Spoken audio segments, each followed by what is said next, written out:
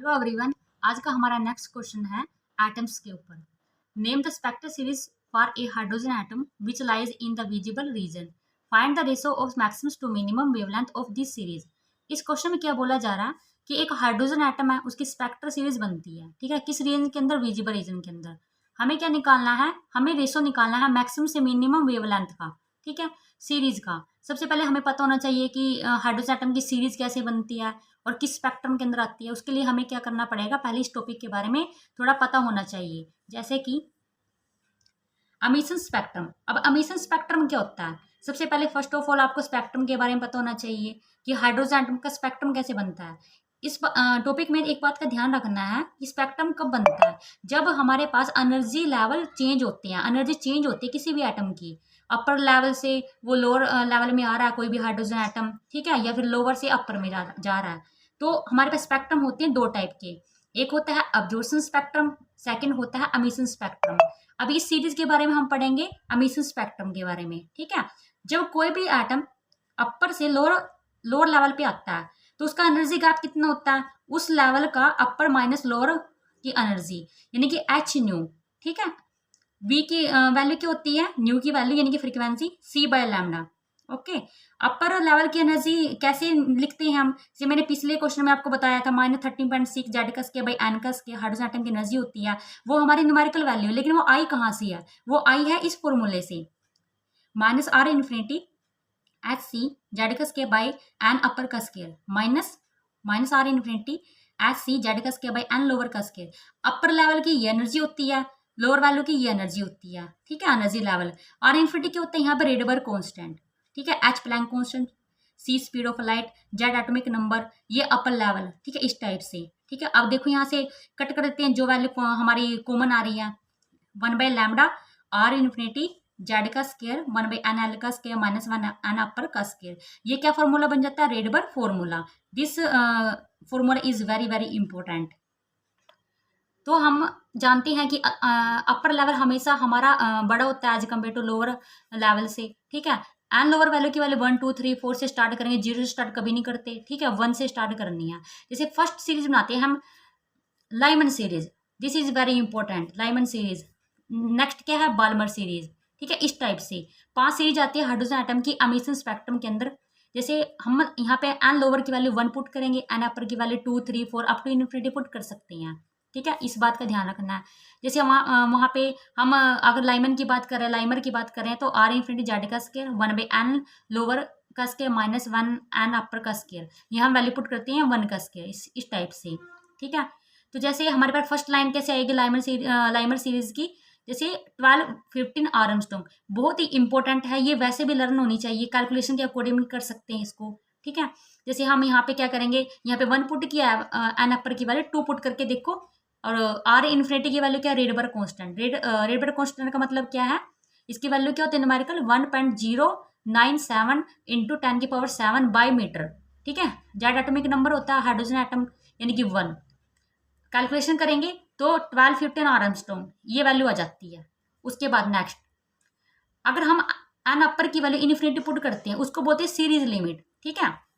तो उसके लिए हमें क्या वैल्यू आएगी हमारे पास? यहाँ पे हमारे पास ये फिक्स है, एन लोअर की वैल्यू 1 फिक्स है, एन अपर की वैल्यू इन्फिनिटी पुट करने के बाद ये 1/इन्फिनिटी 0 हो जाता है।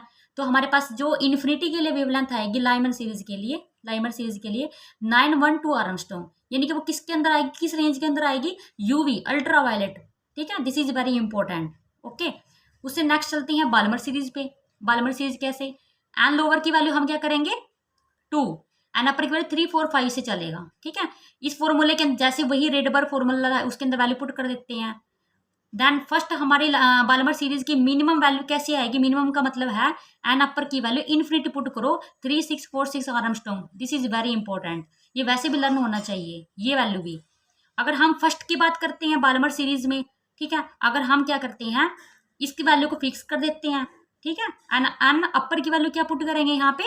अब जैसे यहाँ पे एन लोअर की वैल्यू 2 फिक्स की हमने, एन अपर की वैल्यू 3 पुट कर देते हैं, तो फर्स्ट लाइन कैसे आएगी? 6563 आर्मस्ट्रॉन्ग।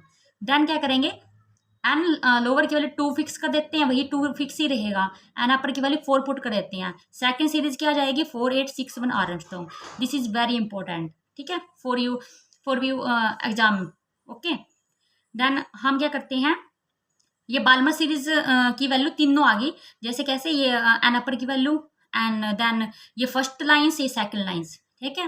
और एक बात का ध्यान रखना, ये विजिबल रेंज के अंदर आता है। ओके, देन थर्ड है पास्टन सीरीज। पास्टन सीरीज में क्या करेंगे, एन लोअर की वैल्यू 3, एन अपर की वैल्यू 4। इस फॉर्मूले वैल्यू पुट कर देते हैं, वो नियर इन्फ्रारेड रीजन के अंदर आती है। Okay, bracket series fourth, n lower की वैल्यू 4, एन अपर की वैल्यू 5। देन इसकी वैल्यू क्या आ जाती है, एफ आई आर के अंदर, फार इन्फ्रारेड के अंदर। उससे नेक्स्ट क्या आती है, बी फंड सीरीज, ठीक है। एन लोअर की वैल्यू 5, एन अपर की वैल्यू 6, 7, इस टाइप से। उसकी रेंज भी किसके अंदर आती है, एफ आई आर के अंदर।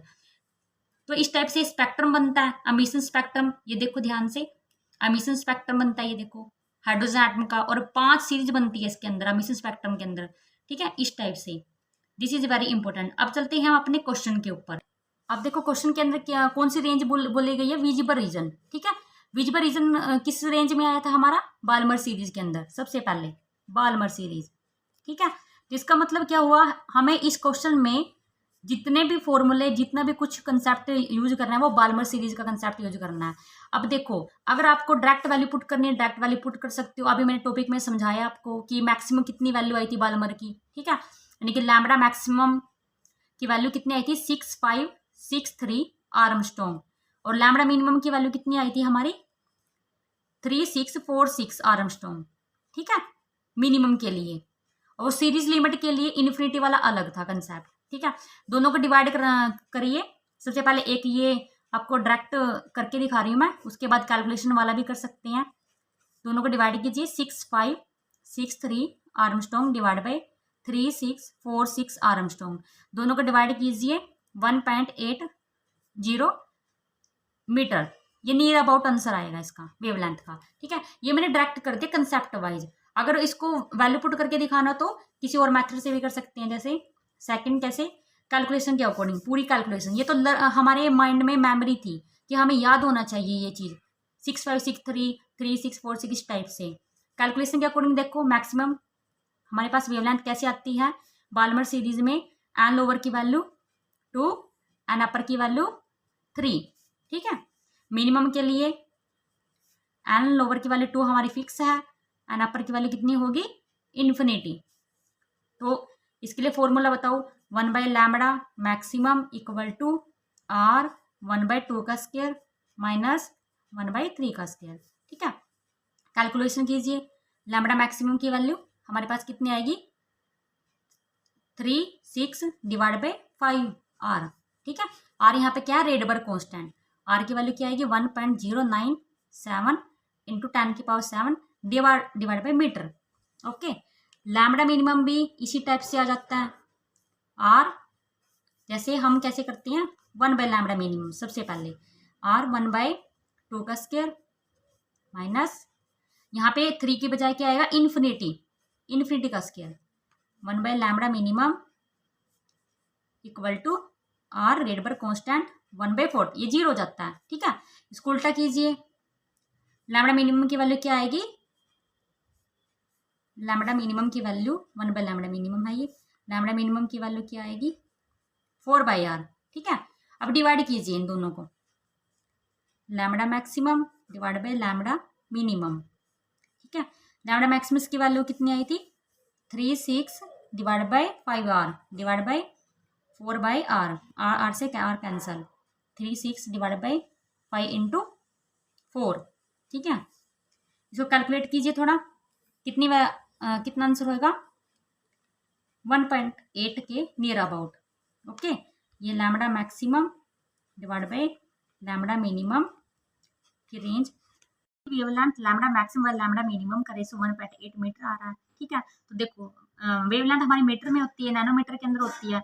दोनों की वेवलेंथ का क्या हुआ, हमारी यूनिट की होगी मीटर बाय मीटर, तो एक कैंसिल आउट हो जाती है, तो ये एक सीधा न्यूमेरिकल वैल्यू 1.8 ही आएगी। तो यहाँ पे चेंज कर लेते हैं, 1.800 या 1.8 नियर अबाउट रेशो आ जाता है। Thank you so much.